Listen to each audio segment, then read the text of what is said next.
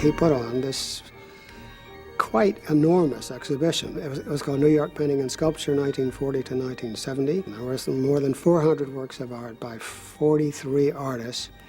It filled 35 galleries at the Met. It was immediately enormously controversial. Changing an institution like the Metropolitan Museum of Art is pretty incredible. Getting them hip to what was going on in contemporary art was stunning, you know, because they've always been the biggest stiffs in the world about art, certainly back then.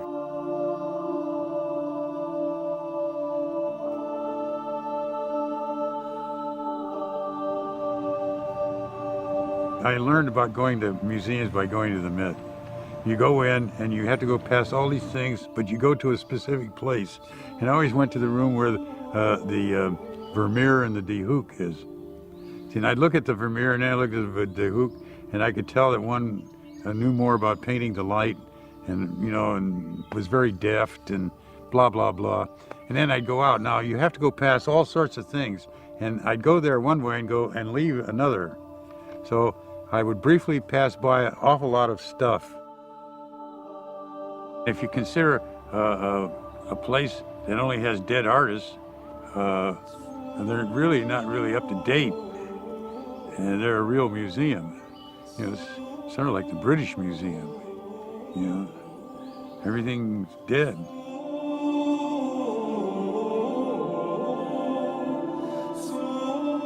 Looking back at it in the late 60s, when they came to me and said, can you do a show to open in 8 months for the 100th anniversary of the Met? What I wanted to do, and maybe it was egomaniacal, but I think I sat down and I thought, the artists that I've seen and visited, the museums that I've gone to, the collections I've been to since 1960, let me go back in my mind and start making notes. What is it I want to see again? What is it that I've seen before that I want to see again? And that was the show.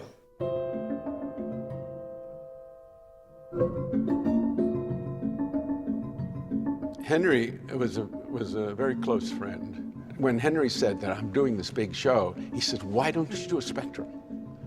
And I said, well, that's a great idea. I want to do a big one. And so I spent that summer out in East Hampton. I had a studio out there. And I started to paint this picture, and my studio wasn't big enough for it. And so I had to take it out and lean it against the barn. And I remember I had to have this space, because it's very difficult to do a Spectrum because each color has to be the right red or the right purple, and they have to blend together. It's a very difficult picture, and I think it took me that whole summer to do it. And I think he loved doing that exhibition. I do remember the amount of time he spent on it, looking at things. It was a great big thing to do at the time, and he'd been there a few years, I mean, at the Met. I think he was very proud of it, really. They called it Henry's exhibition. The Metropolitan Museum being such a powerful institution, and me being so all over the map in the 60s, I was able to get 408 out of 420 things I wanted. And these are major, major pictures. Gorky and Newman and Rothko and Still, Pollock, and 10, 20 works by each. David Smith, Joseph Cornell, you know, right down to Warhol and Rosenquist. And the youngest artists in the show were Poons, Judd, Robert Morris, Flavin. It was quite a show.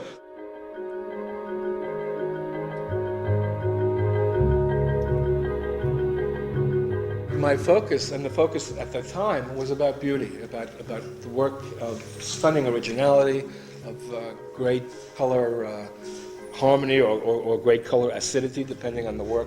But it was all about making statements of great ambition and making statements that cohered in a philosophical way with an optimistic view of the world in a post-nuclear, post-Holocaust world.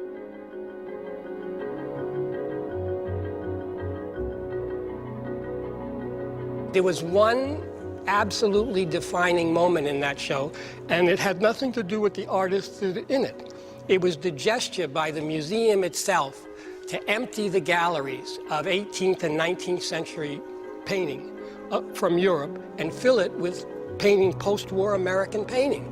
That's a defining gesture in the history of the museums in this country.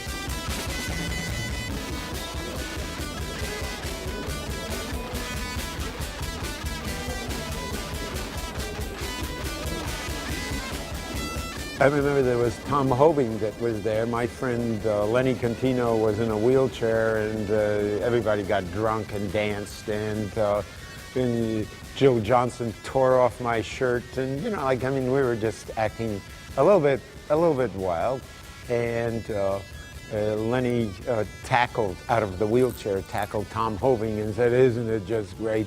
And Tom did the best that he could to get free of him, but it was obviously a show that was completely unusual for the Met. You know, one of the things that I thought about is unfortunately sort of obvious, which is that, you know, how much the Met was a much nicer exhibition space than the Modern or any modern gallery. I mean, it's as though the paintings look better there than they looked in any contemporary setting. And, you know, those grand 19th century style museums really are nice places to exhibit. Those are fantastic, hugely important galleries. I can't think of a single show that's been in the Met since then that's had that kind of space. I just remember it being very, very big. You know, walking around, and here was big walls at the Met. I had 15-foot long paintings in there and all, you know, which I thought, wow, that's nice to have a place where that's shown, but it was really huge.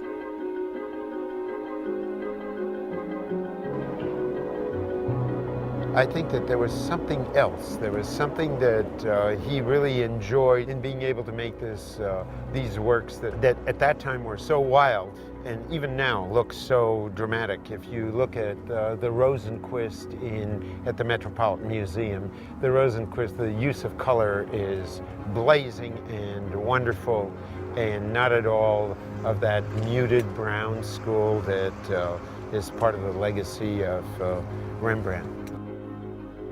Yeah, one day I was here when two couples, middle-aged couples, were looking at it, and one woman started saying how much she liked it. And so, and then her husband said, "I hate it, you know, I hate it." So I couldn't help break in. I said, "Thank you, miss." And I said, "I'm the painter here." And then she said, "Oh, let's talk about it." So I started talking about it and how difficult it was to paint. And the guy said afterwards, "I still hate it."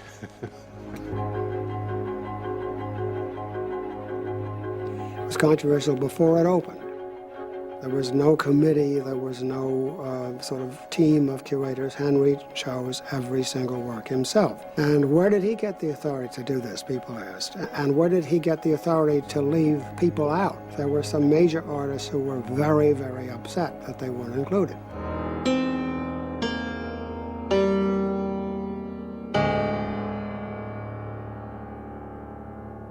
And I got killed in the press. I mean, killed. Where is Louise Nevelson? Where is Marisol? Where is Larry Rivers? You know, it's so easy to say, where is this one and where is that one, instead of, isn't it wonderful that this one and that one are there? And I've discovered that in reading the New York Times, which I do every day as a kind of punishment, I think.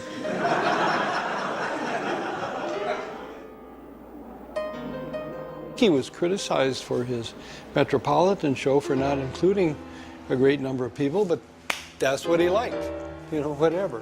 Picking on Henry is easy, but I mean, it doesn't prove anything.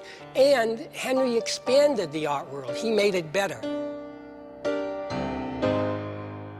The New York Times critic, John Kennedy, Hilton Kramer, a number of other sort of first-line critics just charged into the show with all guns blazing. They said that the Met had abdicated its curatorial responsibilities by letting Henry do this, and that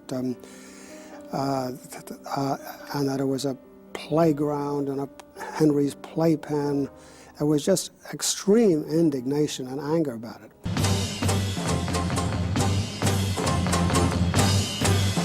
All the criticism is about what something isn't. If it's Chinese, it's not Japanese. If it's long, it's short. If it's old, it's new.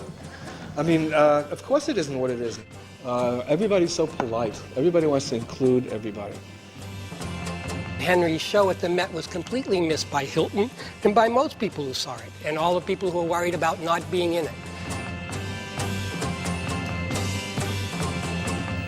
And yet, as the show unfolded, as people saw it, it was absolutely gorgeous exhibition.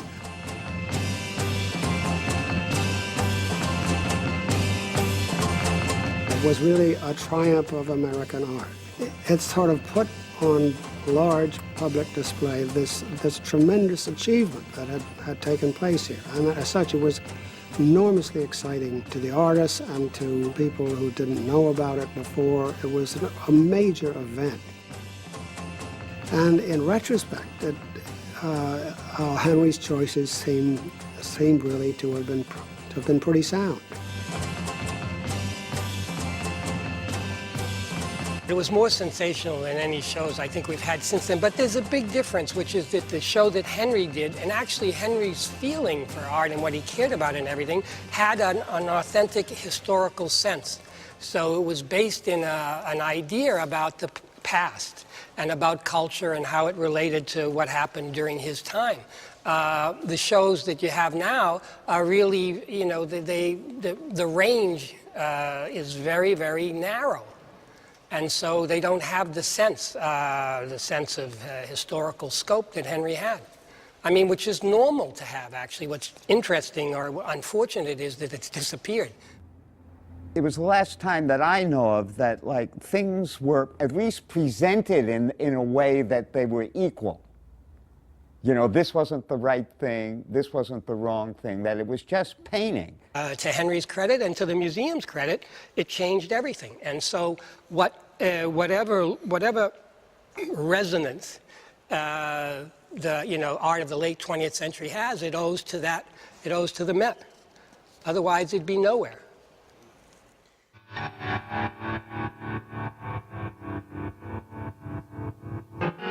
The period began with an enormous optimism, openness, a sort of an opening of doors, a feeling of great freedom to experiment.